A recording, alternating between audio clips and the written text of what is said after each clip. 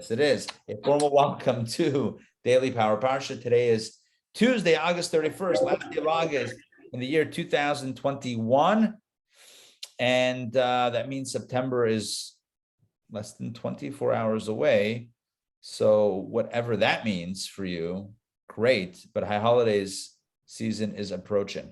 All right, I'm going to share my screen. We're going to jump into the third reading of Nitzavim. Here we go. We read the first two yesterday, very short and succinct. And the upshot, sorry about that. The upshot of what we spoke about yesterday in DPP was the idea of Ata Nitzavim Hayom. We're all standing here together. Moses says, you're all together. We're all in this together. We spoke about Jewish unity, the idea of how we're all compatible. We all complement each other, and we all share the same core DNA. And this is also the blessing for the new year, that we should stand up and confident and be, merit a good judgment, but also what elicits the blessing is our unity. We stand together in strength. United we stand, divided we fall. All right, so this brings us to the third reading, Deuteronomy chapter 29, verse number 15. And Moses says, regarding the covenant and our responsibility to keep our end of the deal. For Moses says, how we dwelled in the land of Egypt and how we passed among the nations through which you passed. In other words, you've been around these last 40 years. You know that we were in Egypt, and now we've come through these journeys, these travels over the last 40 years to these other nations, this wilderness. And you saw, Moses says, their abominations and their repugnant idols of wood and stone, silver and gold, which were with them. You saw all of the repugnant idolatry. Now, perhaps, he says, there is among you a man, woman, family, or tribe whose heart strays this day from the Lord our God to go and worship the deities of those nations. Moses is speaking to the entire nation assembled before him, and he's saying, you saw the abominations of those idols of the other nations, but perhaps in this crowd right now, there is someone, an individual or a family or a tribe whose heart strays from God and wishes to worship those false idols. Perhaps there is among you a root that produces hemlock and wormwood. Very poetic. Perhaps there is among you a root that produces hemlock and wormwood. What does that mean? Let's see. Rashi says,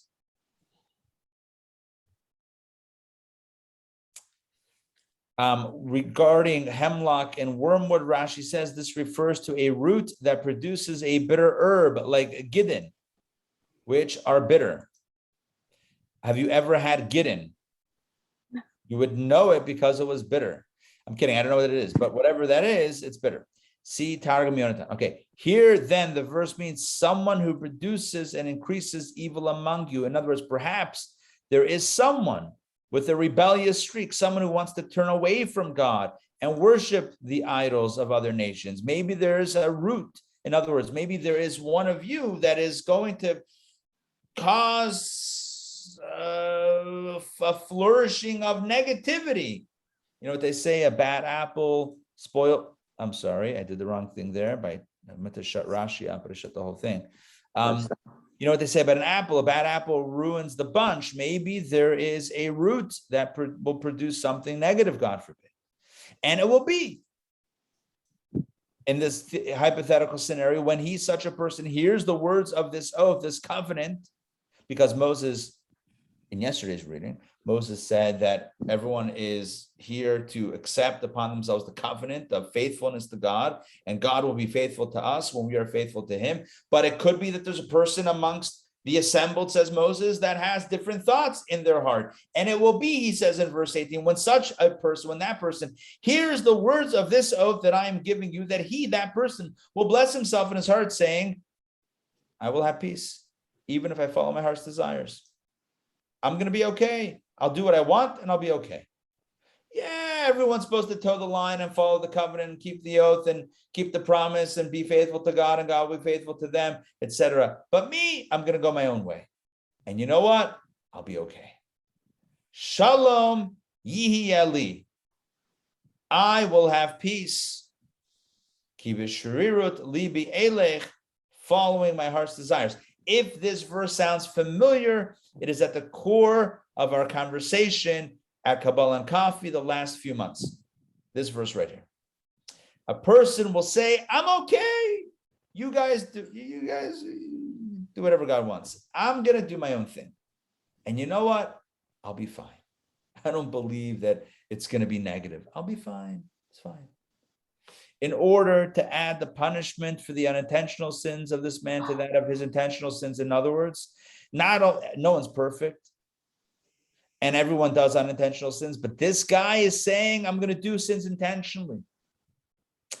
Again, I want to reiterate this. There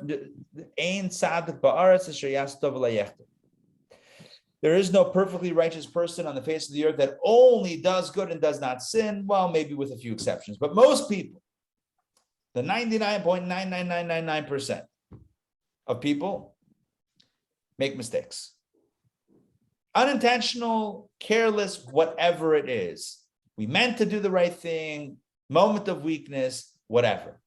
But it's a different level when somebody intentionally says, I'm going to break the rules and I'm going to get away with it. That's a different level. There's a moment of weakness. There are mistakes. There's crimes of passion and premeditated. And there's a difference. The law respects the difference between those two. A crime of passion in the heat of the moment, there's one penalty. A premeditated crime, that's much more severe. We're talking, Moses says, there might be one of you in that premeditated category who's listening and saying, Moses, you're so cute. Moses, you're so nice. I don't care. I'm going to do my own thing and I'm going to live a good life. And it'll be fine. You believe what you believe. I'll be okay doing what I want, intentionally turning away from the path. Says Moses, you know what the outcome of this is? Verse 19, the Lord will not be willing to forgive him. Rather than the Lord's fury and his zeal will fume against that man, and the entire curse written in this book will rest upon him, and the Lord will obliterate his name from beneath the heavens. You know what it means? The entire curse written in this book will rest upon him. Which entire curse? I mean, if you were with us last week, you probably remember there were like 98 curses. Yes. So I'm pretty sure if we toggled Rashi, that Rashi would say the entire curse. No, it's not even here. It's probably so obvious Rashi doesn't need to mention it.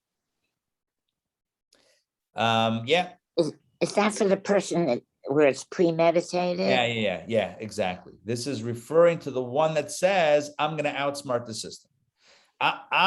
Everyone else is going to toe the line, whatever, keep their end of the deal, keep the bargain, keep the covenant, and try to do their best. And no one's going to be perfect, but at least they're going to try. Me? Oh, I don't care. I don't care about the system. I don't care about this whole thing. I'm going to do my own thing. We had, this is like verse 18 was that phrase that we've been focusing on Kabbalah and Coffee. And of course, studying it from a deeper perspective of Kabbalah, but today it's more of a straightforward way that we're studying it. But this idea of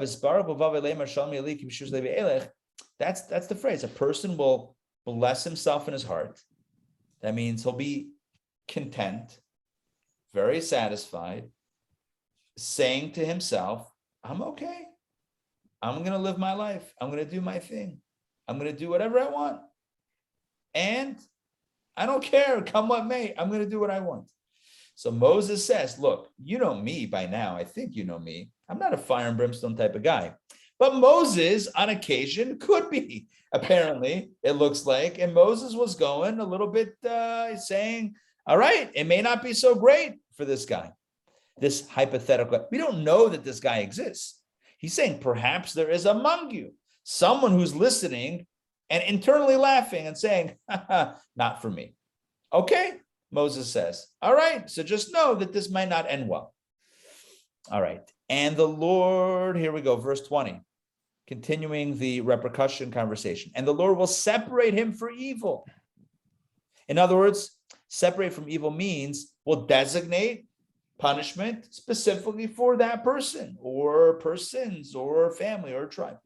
Out of all the tribes of Israel, according to all the curses of the covenant written in this Torah scroll. And again, I just want to see if Rashi comments on this. All the curses of the covenant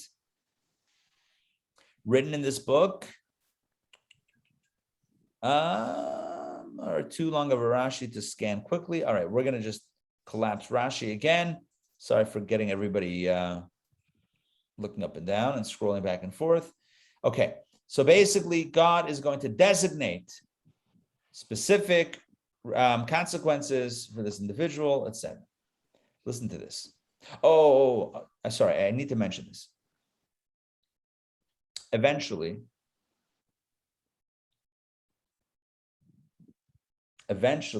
we all came to this place as a people, which is why the temple was destroyed. Are you with me on this? At some point, I can't say everybody, but enough Jewish people said, you know what? We don't care anymore. Like, we're just going to do our own thing. The first temple was destroyed by the Babylonians because of the three major cardinal sins of murder, idolatry, and immorality. Those are the three major sins that one is to give up their life rather than to transgress. And the Jews of that generation, again, not all, but enough, were doing those things. What was the third one? It's Gilei Arayis. It's basically immorality. You could say adultery, but it's more than adultery. It could be incest, whatever, any illegal, immoral relationship. So the point is like this, that the temple was destroyed, the first temple, and the Jews were exiled because of their lack of adherence to the covenant. They weren't keeping their end of the deal. So God says, all right, now you can't punish unless you're warned. Where's the warning? The warning's right here. The warning's right here.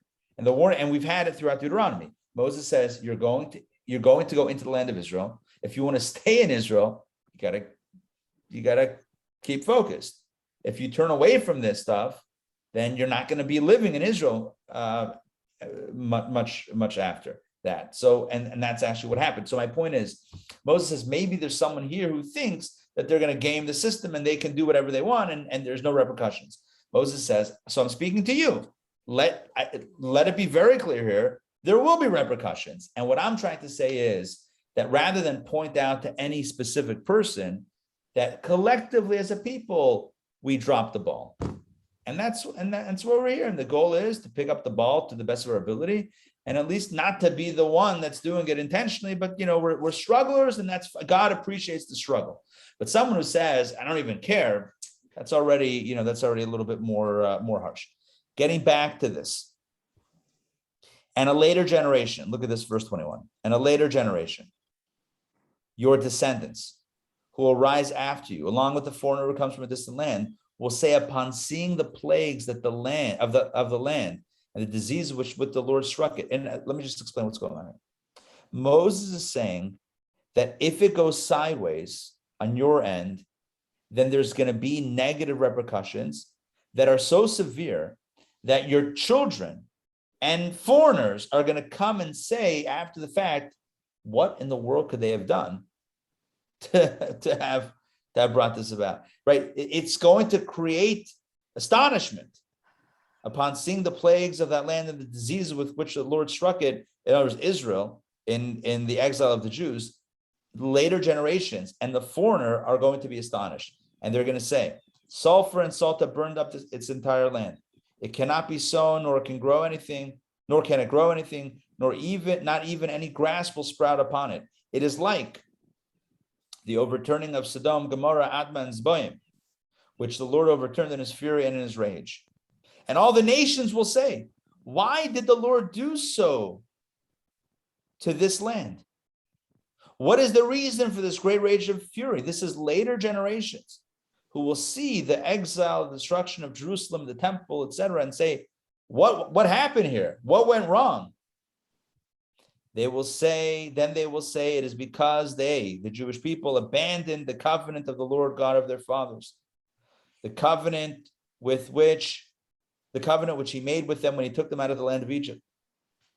For they went, you see how Moses is kind of like warning the people about this? He's warning them not only about what's going to happen, but how bad it's going to be, to the point that later generations and other nations are going to say, I can't believe this actually happened. That's how terrible it's going to be. And the conclusion will be, it's because they went and served other deities, prostrating themselves to them, deities which they had not known and which he had not apportioned to them. And the Lord's fury, this is going to be the conclusion of those later generations and other nations. They're going to say that the Jews abandoned God or turned away from God. And so that's what happened. And the Lord's fury raged against the land, bringing upon it the entire curse written in this book. And the Lord uprooted them from their land with fury, anger, and great wrath. And he cast them to another land, as it is this day.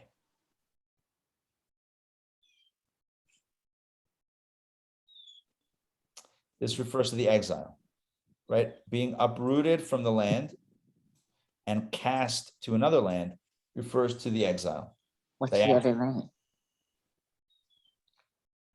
Any other land other than Israel. Oh, okay. This refers to Galut, exile, where the Jews have been living in Israel under Jewish sovereignty, and at a certain point in time, that's it. Invading nation comes in, the Babylonians first, then the Romans come in, destroy Jerusalem, destroy the temple, take the Jewish people out with chains, and take them captive and exile them, scatter them around the lands. And Moses is saying before his death, he's saying, my friends, this will, God forbid, happen if you turn away from where you need to be. Now, this may sound, it does sound, it sounds very dark. And we're at a dark space right now in the narrative. But tomorrow, and I hate pushing it up for tomorrow, but it is tomorrow's reading, the narrative starts turning. And Moses says that from the place of devastation, from the place of exile, you, the Jewish people, will come back to God. In other words, feeling the pain of separation, that itself is going to stir the desire to come back, to return, call it teshuvah, whatever it is, and from that, God will accept you, and everything will be okay. That's the idea of redemption. But right now, he's in that first stage. I don't know if it's the first stage, but in that stage of exile, where if we it makes it sound like God gets very angry and ticked off and that sort of thing, and like we're very scared of God. And that's really not necessarily the way we understand it, certainly not the way Chabad understands it. It's more along the lines of consequence. When you take an appliance, a refrigerator. Oh, 1 second. Joy, did you lose power yesterday? In the afternoon? Yes? Yes. Like 5 o'clock-ish or whatever it was? I don't even know, because I didn't realize I had lost power until I came in all the clocks that needed resetting. Got it. So there was a transformer that blew because a branch. On Frederica. On Frederica, exactly. Right by the library, right by where the old Chabad was. So on that street, near the Bank of America and the library, kind of in the middle of that block, a branch came down, pulled down a electric wire, and it blew the transformer, and then it reset, and then it blew it again, and there was a fire in the transformer. We went out. I got home shortly after that whole thing happened, but we saw the trucks and the fire department, and we walked out and went up with the kids to check out the situation. And some guy had video of it. Like the fire was like this weird looking fire in the transformer box. And I know I had a point here, and I'm struggling what the point was. What's the point? Hold on. The power went out. Oh yeah, the power went out. So what happens when the power goes out? So yeah, all your stuff, the HVAC, the refrigerator, heating, if there's heating, your appliances and other things don't work. So let's talk about another scenario. Let's say you have a refrigerator and it's plugged into the wall and it's freezing your frozen items and chilling your chilled items, and then you unplug it from the wall. What happens? It stops working. And yeah, it's going to stay cold for a little bit, but soon, it gets warmer and warmer. And the next thing you know, all your stuff is melted, right? All your kosher Chalav Yisrael ice cream is now melted in a puddle in your freezer. And now that's no good. What are you going to do with that now, right? And your chicken and your meat or whatever you have in your refrigerator, in your freezer, is no good. And your milk spoils and this, that, and all that stuff happens. So is that a punishment? Is the refrigerator punishing? Oh, I like being plugged in. You unplug me, I'm going to punish you. It's not a punishment. It's a consequence. If it's not plugged in, if the electricity isn't flowing, it's not working. At least it's not working the way it ought to be. So you can say, I want to be a refrigerator that's free of any plugs. I want to be a wireless refrigerator. You want to go wireless? Knock yourself out. But you should know it's going to come at a cost. And what's the cost? You ain't going to cool things down because that technology doesn't yet exist. Now, I know that if you're listening to this class in about 20 years from now, you're probably like, he was joking about wireless electricity. We have that now. Sure, I know the technology is being worked on now and it's going to happen at some point. So I know this is a dated analogy, but it's what we got in 2021. Here's the point. The point is by 2041, by the way, whoever's listening to this class is not even like listening on a device, on a service like SoundCloud, Apple Podcasts, Google Podcasts, Spotify, or YouTube or whatever. That person is just enjoying the chip in their brain or the equivalent or something like that. But back to the point, unplugging does not punish you. Like the act of unplugging the refrigerator from the wall does not trigger a punishment of spoiling the food. It's not a punishment, it's a consequence. And so there's two ways to read anytime we talk about reward and consequence or punishment in the Torah. There's two ways to read it. Either the simple way, which it sounds like, oh, God's going to get you. He's going to punish you. He's going to get angry at you, and he's going to send you out of the land, and he's going to destroy you. And people are going to be so shocked at how bad it got. That's how bad it's going to get. People will have their mouths open and aghast as to how bad it got. That's the punishment paradigm. But we know that the commentaries and the philosophers and the mystics and the Chabad Rebbes had a different take. Less punishment, more natural consequence. When you unplug from the source, then you are unplugged from the source. That's it. And there's a vulnerability that happens. Using the language of Rashi, imagine, let me stop sharing for a moment to share this analogy. Imagine there's a dad walking with his kid, and they're walking through dangerous territory. Why is it dangerous? I don't know. Come up with your own danger.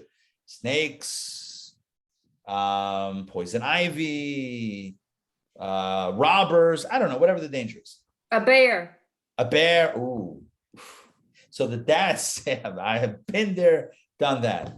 Man, that bear story, I love only because it has a happy ending. Back to the story. So imagine the dad knows the danger, puts the kid on the shoulders. The dad can fend off the danger. Let's assume that. The dad has the kung fu know-how to fend off the danger, whether it's this, that, or the other. Wearing the right clothing to fend off the poison ivy, or we're having the right thing to scare off the bear, the spray, whatever it is. The dad is equipped, the son is not, puts the son on his shoulders. And they start walking. Still treacherous. The dad is protecting the child. The child turns to the dad and says, Dad, I don't want to be on your shoulders anymore. Dad's like, not a good idea. I don't want to be on your shoulders. Not a good idea. Now, obviously, a good dad would not let that happen, would keep the kid whatever way possible on top of the shoulders to protect them. But what if the child was able to somehow, right, dismount and run on their own? They would be vulnerable. Is it a punishment? It's not a punishment. It's the natural vulnerability. God forbid. I mean, I don't even want to end the story in a negative way, but I'm just saying the vulnerability is created not by the father's punishment. There's a natural vulnerability, natural danger. the father is protecting, you unplug or you dismount or you disconnect from the safety net, the danger is there.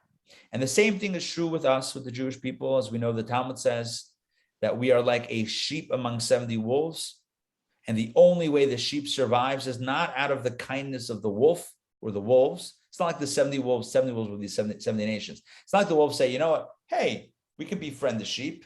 Let's put our arms around each other, kumbaya, make a bonfire, strum some guitar, and call it a day. That's not what happens. The sheep only survives among the 70 wolves because of the shepherd who keeps it safe.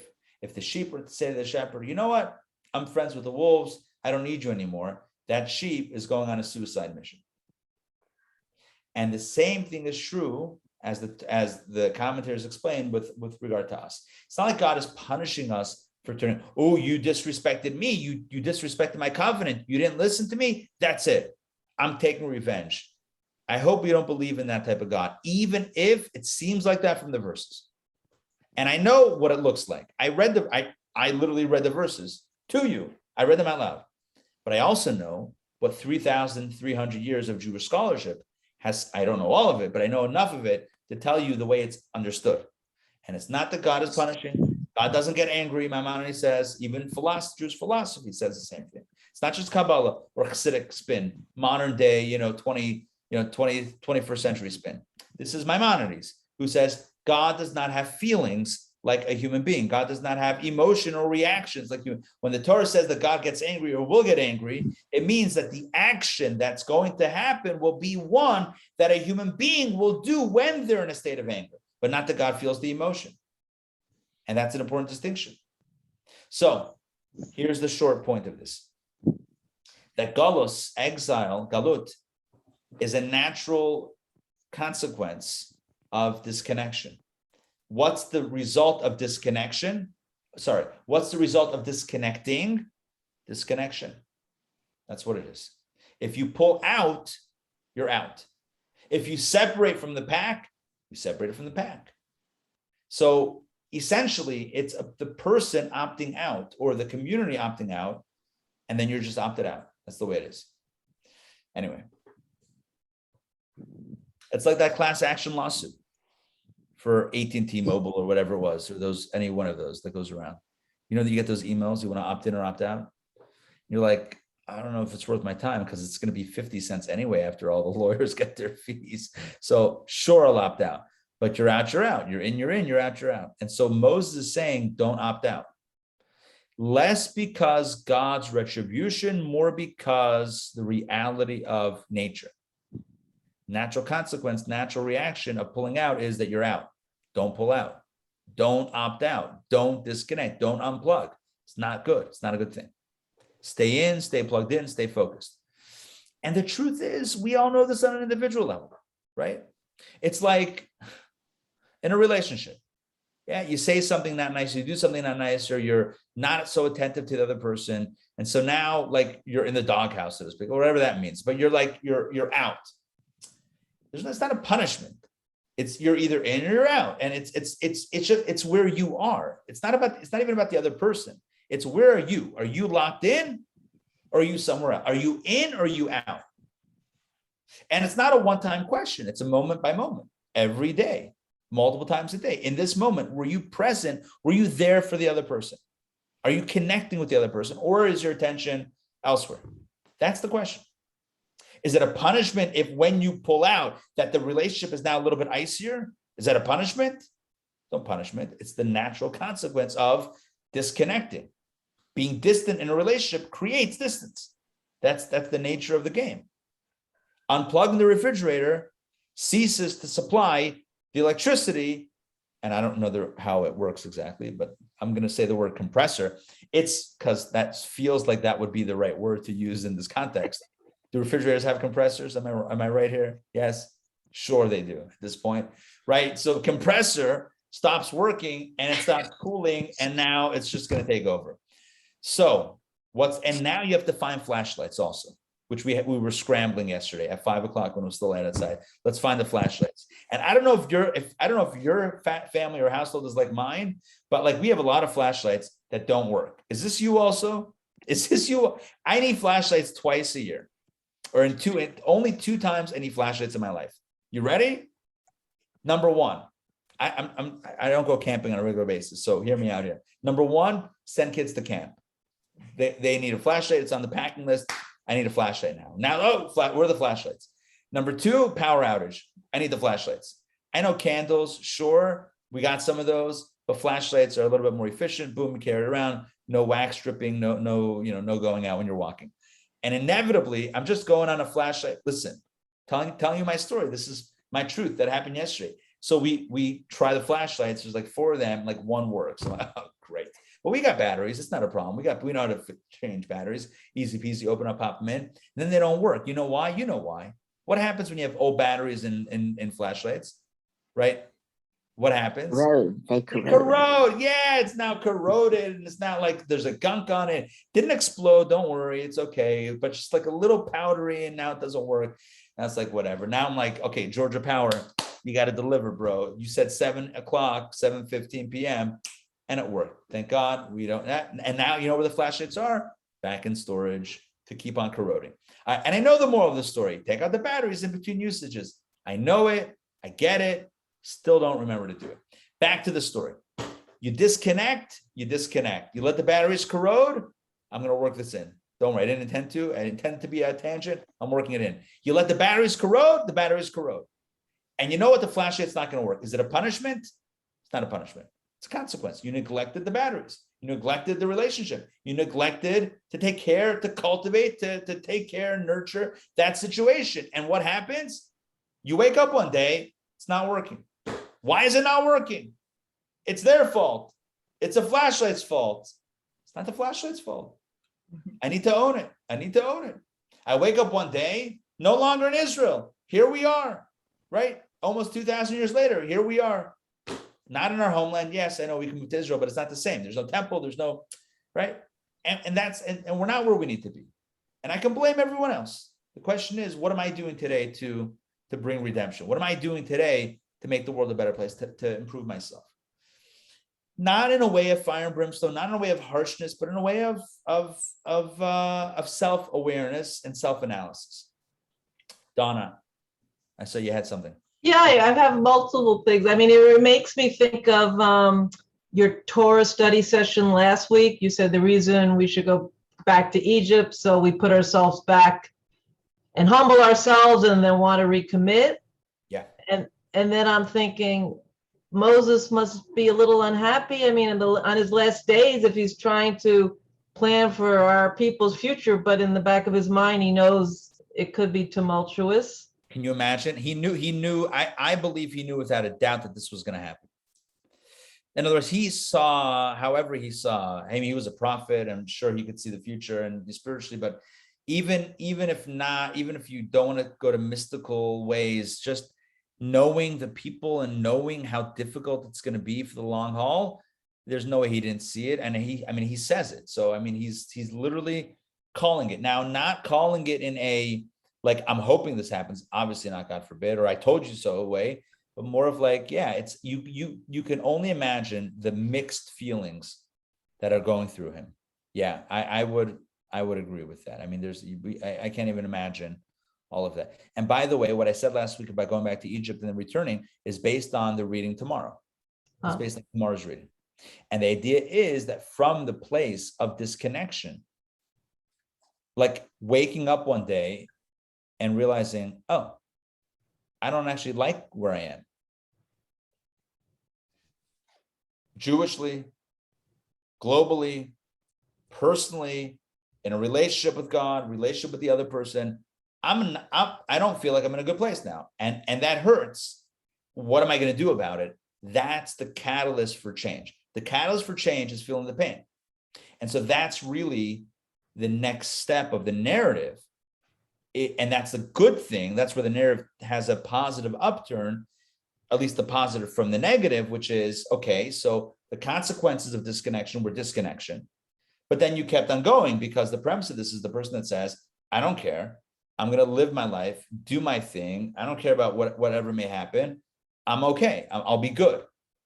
But eventually it catches up. And when it catches up and it starts hurting a little bit, you realize like, I had fun, but where am I in this relationship? Again, whatever relationship. Yeah, Moses speaking about our relationship with God. Sure. But if we want to make it easier to understand, think about any relationship, think about a human relationship. Sure, I had fun. I did whatever I wanted. I don't care what happens. Sure. Great. Live in the moment. But one day you may realize that relationship is not the way it once was. And that might hurt. And when it hurts, the key is to channel the pain into positive action. And that's where tomorrow comes in. Tomorrow's conversation is how do we channel the pain of the separation, of the disconnection, into a catalyst for reconnection, and not only getting back to where it was before, but even in a more passionate way than before. That's the ideal of tshuva. Tshuva ideally is not just returning where you were, like I backslid. I have a rolling chair, which is good for this. And now I'm back, but no, I'm back better than I was before. Because the disconnection has fueled this fire that I never even had before. That's the ultimate goal. The ultimate goal is to get to an even greater place. All right, but that upswing is all tomorrow. Today, it's still in the downturn. It's still in the returning to Egypt place, or whatever you want to call it. All right, let me share my screen. And I move to the next reading. Just myself to look at a verse over there. Okay, and that takes us to the last verse, because we did the second to last verse, the penultimate verse. Penultimate means second to last, right? Yes? Mhm. Ultimate, yeah. I love that word. Okay, 28. Hanistar. No, what's crazy is divine providence. Crazy good. Divine providence, DP. It's like when things kind of work out and like, whoa, I can't believe it worked out. I taught a class 2 hours ago, an Aldi class called You Be the Judge. It's about Jewish law and Jewish civil law and comparative law, etc. We've done a few courses of that over the years. This was the first JLI class that I taught upon moving to Atlanta years ago. I've never retaught it until right now.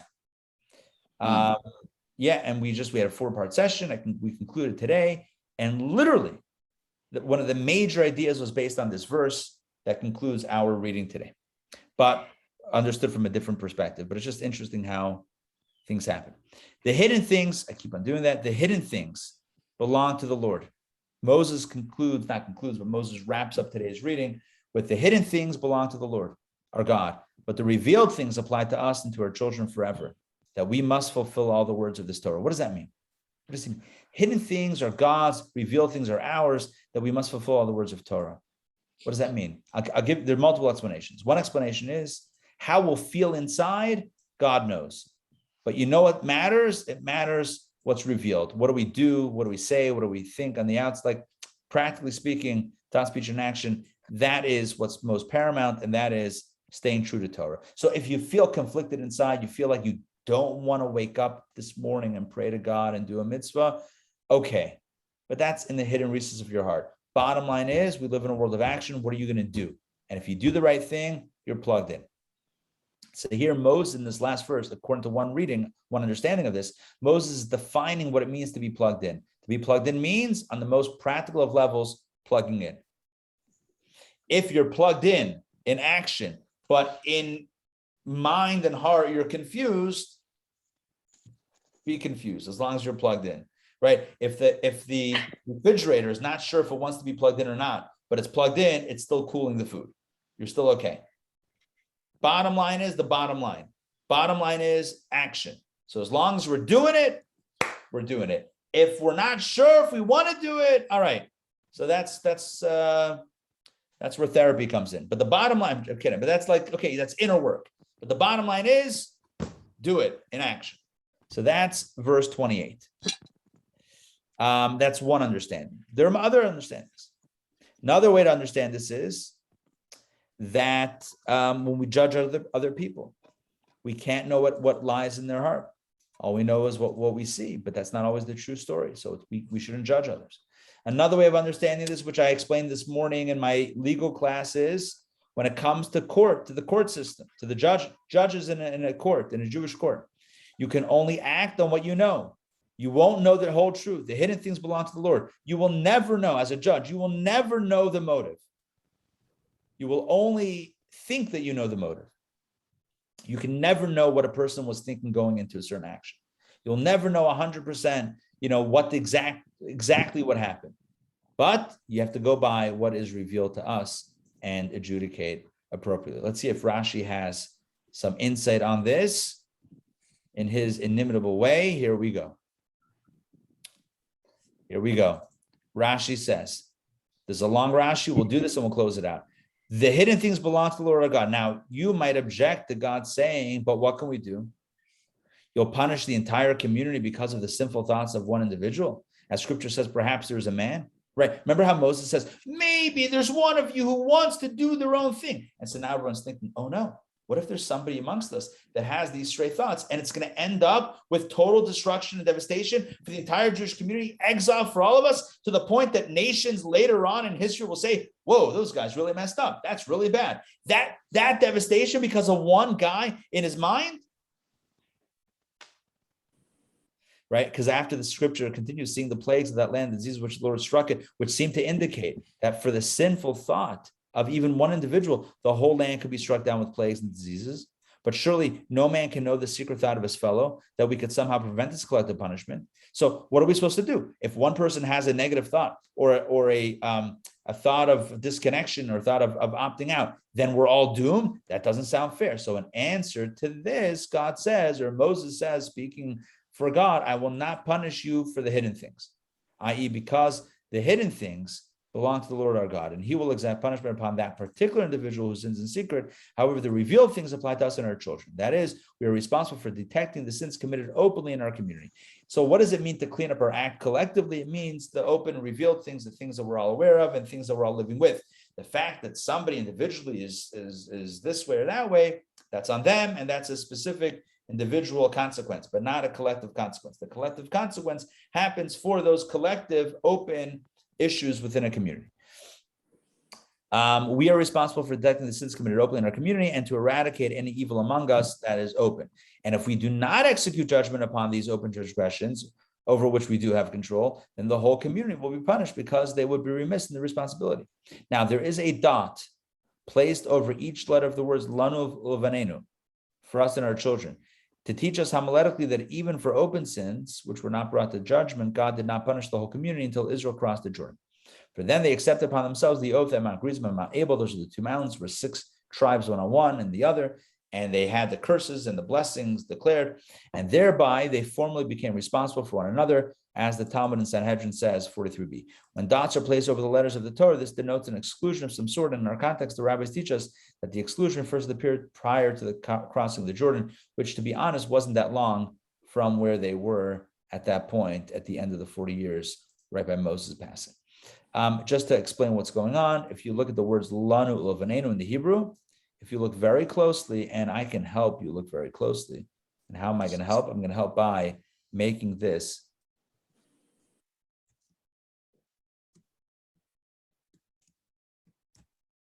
nope. Can I make this bigger? How do I make this bigger? Ooh, wow, look, technology. Okay, I'm going to make this bigger. Nope, yeah. If you look, okay, there's a lot of dots and stuff, but I'll tell you which are the interesting dots. Lanu, this word right here that I just highlighted in blue, there are 3 dots, 1, 2, 3 over each of the letters. And the next word, uvanenu, also in the Torah has dots over every letter. Not every, usually the dots mean like a vowel sign that is the O sound. Mm-hmm. But I can't get that blue off, which is annoying.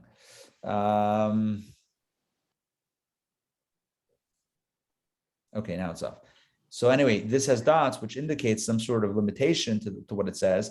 And Rashi says the limitation is that the punishment that's going to happen for collective sin only happens once the Jews across the Jordan and accepted upon themselves at those two mountain ranges the blessings and the curses. Be that as it may, my takeaway from today, you could have your own takeaway certainly, but my takeaway from today is the following. Second, my takeaway from today is this idea of consequence and responsibility, and how our job is to stay plugged in. Our job is to stay plugged in to truth and justice and the Jewish way. That's it. And everything else, okay, everything else is commentary. We stay plugged in to the best of our ability, and we're not going to be perfect. We know that going into it, but we do our best. And as we do our best, we recognize that the option of saying, well, I don't care what happens and, whatever, it's not really within our, it's not in our best interests, not because of punishment, but because of straight up consequence. Unplugging is unplugging. And this can be a reminder for all of our relationships, not only our spiritual relationship with God, but all of our relationships, that it's those everyday little efforts, those everyday words and sentiments that are shared and cared between two people that builds a relationship. And when we neglect that, we do so at our own peril. Say, yeah, who needs it? I don't care. Okay, all right. But then there's going to be a divide, a wedge that happens.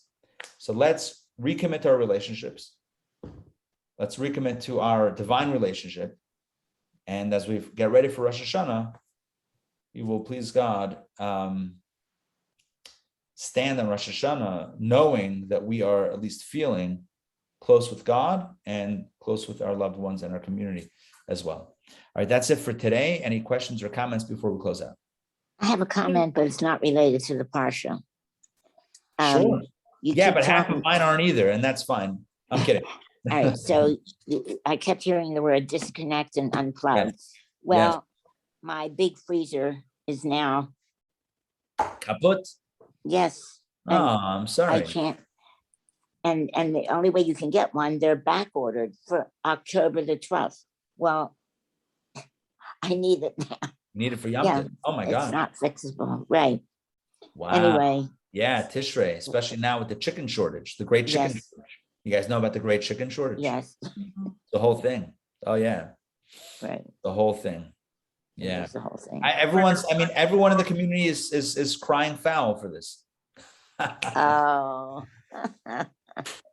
Very good, no Rabbi. Chicken at Grocery Burger? No, there is, but it's not going to make it to the end of the holidays. Right. They can't supply more chicken, maybe meat also, until the end of Tishrei, to the end of the holiday season, because most of the month you cannot are non-work days for the slaughterhouses. So to produce fresh, because you have holidays in the middle of the week, yes, you have weekends and Shabbat, and you have like maybe 5 or 6 work days for the entire month of Tishrei. So by the end of, by Sukkot, they're predicting there's not going to be any chicken in Atlanta. But that's not the only thing. There's a lot of empty shelves, if you notice, at Kroger. A lot of chicken, everything. I don't know. I remember beginning of this pandemic situation, there was like run on toilet paper, but you could get kosher milk. Like the milk was fine, the toilet paper was out. Now you can get the toilet paper, but you can't get the milk. All right. I don't know. Whatever. I just have another little story, highlight. So at JFK, as we were flying back to Atlanta at security, there was a group of Orthodox men going to Israel. And they had the Torah scroll without the scroll. So it was just, how would you say? The 2 poles that. Oh, just the poles. Yeah, but like to go through security. So, he was like explaining to the TSA guy what it is and what. Easy, super easy. Just say we're old school jousters. This is how they used to joust back in the day with wooden poles before they got, the fencing thing worked out. So I don't know if they had the scroll like separately or they were going to write it in Israel. Who knows? Who knows? That's interesting though. But did you see in JFK the stand with tefillin with the Rebbe's picture on it? The Rebbe's picture on it? I saw this. I have a picture on my phone. There is in one of the terminals in JFK, in middle of the airport, there is a stand, a tefillin stand run by a rabbi or two. It's got a big picture of the Rebbe on it. This is like in JFK airport. And you come over there, they wrap tefillin. It's on, and they're busy 24/7. It's unbelievable. Wow, cool. No, I didn't see, but it was nice in Crown Heights that, you know, every store, every place has a different portrait of the Rebbe, and that it's everywhere. You know, when you're in Israel or in Atlanta, sometimes I'm like, oh, Baltimore, oh, this is a Rabbah, you know, not store, but like the owners follow, Right. You know. Right. Yeah. I will tell you one more thing that I saw on that COL Live website. That there was, by the way, there's a food distribution now going on today in Crown Heights. You should know the chesed and the generosity that goes on in Crown Heights and also other Jewish communities, but I'm just looking at Crown Heights news, is unbelievable. 2 Crown Heights restaurants on the essentials list. New York Jewish Week asked emerging leaders that they named for 50 essential local restaurants and attractions. 2 restaurants in Crown Heights were recommended, and they are the following, not the ones that you went to, Sandrine. One is called Izzy's Barbecue Smokehouse, and the other one is Mozzarella. One is meat. The smokehouse is meat, Izzy's Smokehouse, and mozzarella is a dairy place. So my point to mention this is that's on tap for the next trip. We got to hit the smokehouse, Izzy's Smokehouse, and mozzarella. Good. Good. We have the itinerary already building out for next time. All right, my friends, that's it for today. It's good to see you guys. Thank you. Tonight, don't forget, tonight is 60 days. If you're signed up for it, great. If you're not yet signed up for it, jump in on it. You'll get the recordings from week 1. Come for week 2. It is amazing. Includes a meditation, live meditation with Mrs. Freeman, Nomi Freeman, who is a wonderful teacher. So join us if you can. 60 days tonight, session 2, 8 p.m. at Intown Jewish Academy on Ponce, Leon Place. If I may say, and I don't know if she's against it or, you know, but she has a very soft voice, which is nice, but also very low. And Yes. I think last time with the AC, it was hard to like them even. So I have problem hearing, but I don't know if she can have a little microphone. If she's a Let me see. I'm going to see what we can do. Yeah. Okay. That's a good suggestion. Closer to her. Okay. Yeah. Well, we'll see if we can tweak that, or maybe I'll just shut down the AC or crank it up beforehand and then keep it off so that we can hear her. And then what else? Tomorrow night we have one of our boot camp, high holiday boot camp, which is also Torah studies, but as the Torah studies kind of changes from the Torah portion exploration into holiday exploration. So we rebranded as holiday boot camp. So that's tomorrow night, 7:30. And then we're rapidly approaching Yom Tov, the holiday. And as a quick reminder, learner service, both days of Rosh Hashanah and Yom Kippur, 10 to 11:30 outside at the back of the building on the Beltline. So join us, safe and distant seating. We have canopies also for the sun, all that good stuff. Join us. It's going to be a meaningful experience. All right. We'll see you all. Have a wonderful day. Thank you so much, Rabbi Ari. Pleasure. Sarah, great to see you. Sandrine and Donna and Ray, lots of blessings. And Ray, good luck with the freezer. Good luck with the freezer. Thanks. Right. Thank you. See you soon. Take care. You.